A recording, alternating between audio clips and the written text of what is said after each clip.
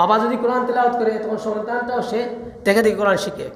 দেখবেন আপনার ছোটো ছোটো বাচ্চারা তখন মা নামাজে দাঁড়ায়, তখন সেও পাশে গিয়ে নামাজে দাঁড়ায়।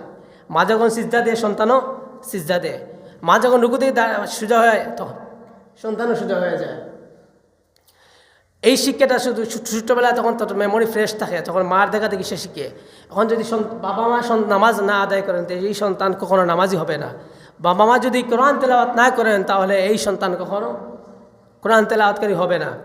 এই জন্য আমাদের উচিত আমাদের সন্তানদেরকে দিনী শিক্ষা শিক্ষিত করা। একটা সন্তানকে যদি দিনী শিক্ষা শিক্ষিত করেন তাহলে তার ফায়দা কী? আর যদি শিক্ষা শিক্ষিত করেন না তাহলে তার পরিণাম কি সেটা আমরা অনেকেই জানি, দেখেছি, বুঝতে পারছি। তো একজন আল্লাহর ওলি একটা কিতাবের মধ্যে লিখেছেন অনেক সময় আল্লাহ তাআলার এক বান্দা আছে যারা আখিরাত পর্যন্ত কবর পর্যন্ত দেখতে পায়, তাদেরকে আল্লাহ তাআলা এমন কিছু নির্দেশন শক্তি দান করেন। তো আল্লাহর এক ওলি তিনি গুরুস্থানের পাশে যাচ্ছেন, তখন তিনি গুরুস্থানের পাশে দাঁড়িয়ে কুরআন কারীমে কিছু কিছু সূরা তিলাওয়াত করলেন এবং কবরবাসীর উদ্দেশ্যে তিনি সওয়াব পাঠিয়ে দিলেন। যখন ওই আল্লাহর ওলি কবরবাসীর উদ্দেশ্যে কবরের মধ্যে সওয়াব পাঠিয়ে রাত্রে গেলেন, বাসায় গিয়ে ঘুমালেন, স্বপ্নে দেখেন ওই কবরবাসীর মধ্যে আল্লাহ তাআলা তার শুকরের সামনে এনে বাসিয়ে দিলেন। দেখলেন ওই গুরুস্থানের মানুষগুলা মুর্দাগুলা ওই সওয়াব নেওয়ার জন্য লাইন ধরে দাঁড়িয়ে আছে, ভিড় জমিয়েছে, ঠেলাঠেলি করতেছে। কিন্তু একটা মহিলা সে কিন্তু ওই কবরবাসীদের দেখে মুচকি আসতেছে, সে কিন্তু সওয়াব নেওয়ার জন্য কোনো ঠেলাঠেলি করতেছে না, লাইনেও দাঁড়াচ্ছে না। আল্লাহর ওলি ডাক দিয়ে বলেন, নো মা, সবাই দেখি সওয়াবের উদ্দেশ্যে লাইনে দাঁড়িয়েছে, সওয়াবের উদ্দেশ্যে লাইনের মধ্যে ঠেলাঠেলি করতেছে, কিন্তু তুমি দেখি মুচকি আসতেছো, কারণ কি?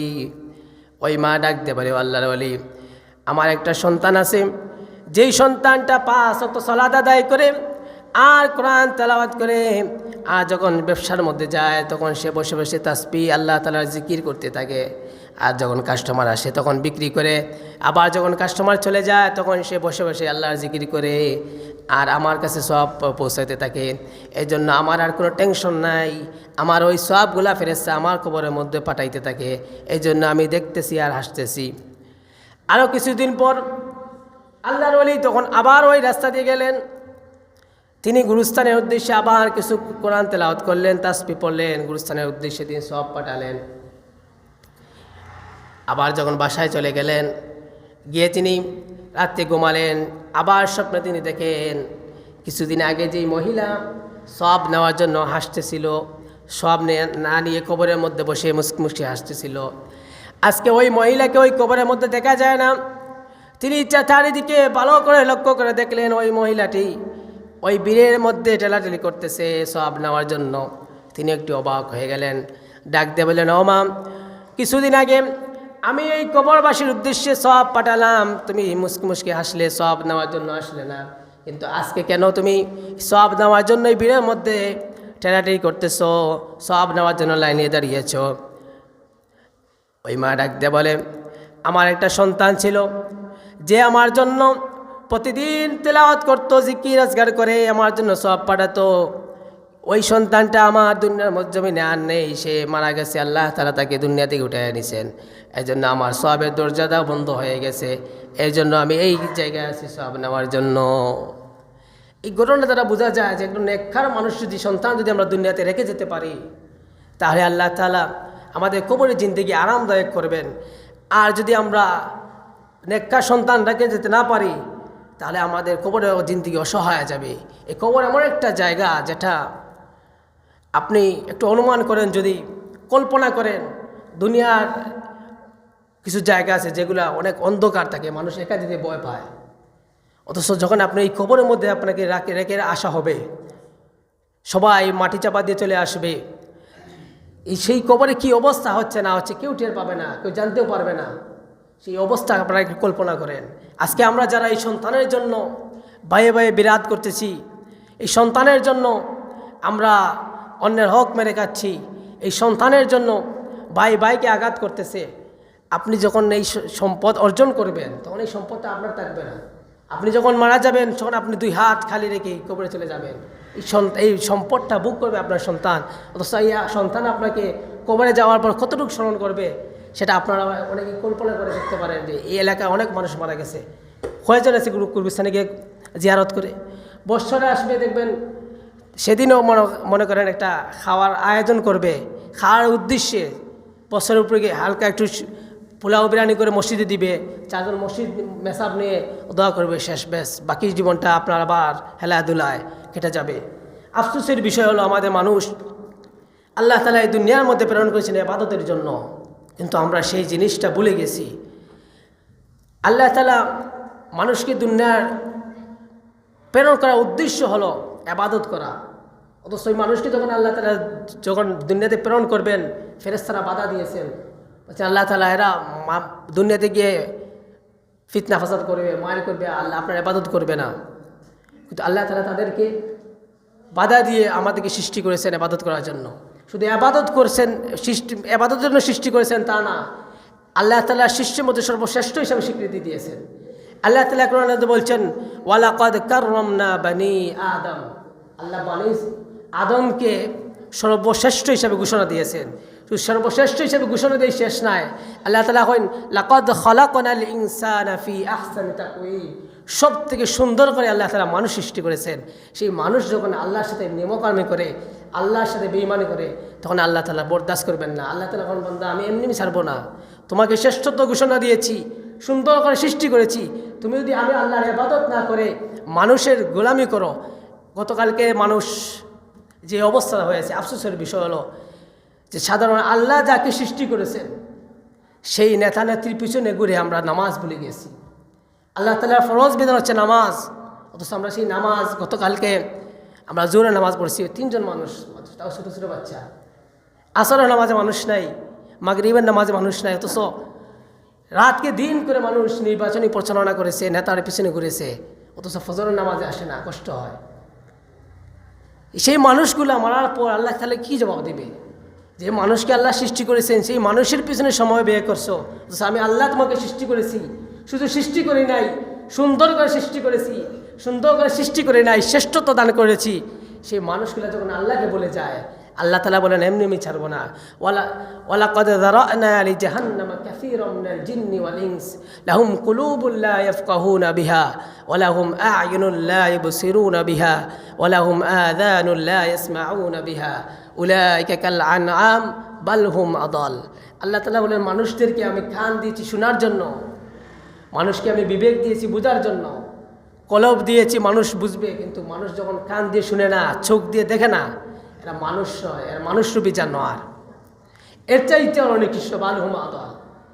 আমরা সেই পর্যায়ে চলে গেছি।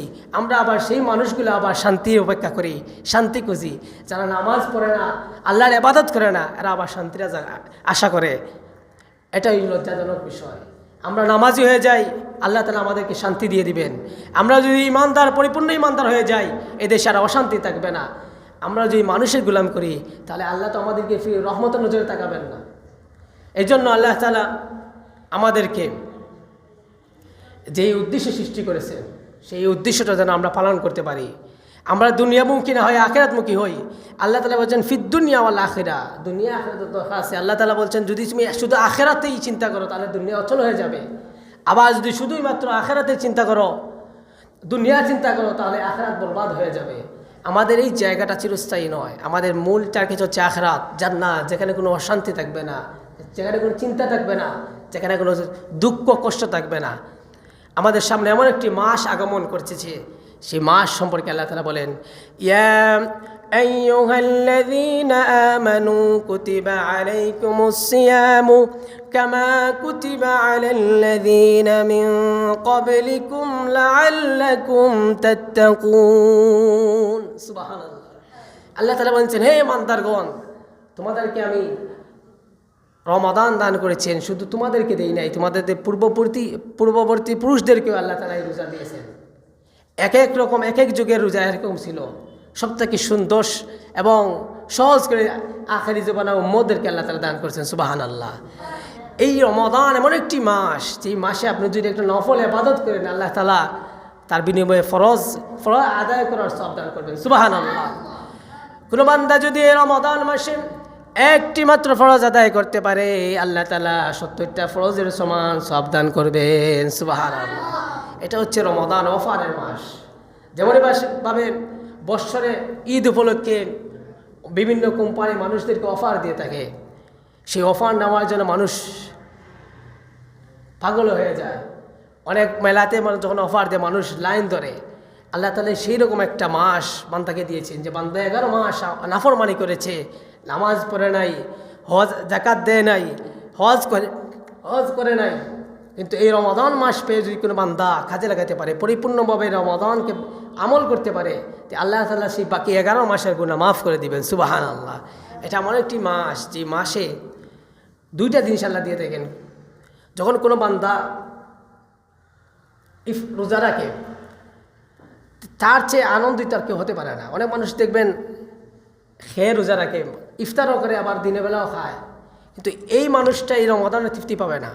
যে মানুষটা খাস দিলে আল্লাহকে সন্তুষ্টির উদ্দেশ্যে রোজা রাখে, তখন দেখবেন ইফতার নিয়ে সামনে দাঁড়িয়ে আছে, তার মুখে চমৎকার কি সুন্দর হাসি, এই বিশাল খানের আয়োজন, তারপরেও বান্দা খেতে চায় না আল্লাহকে রাজি খুশি করার জন্য।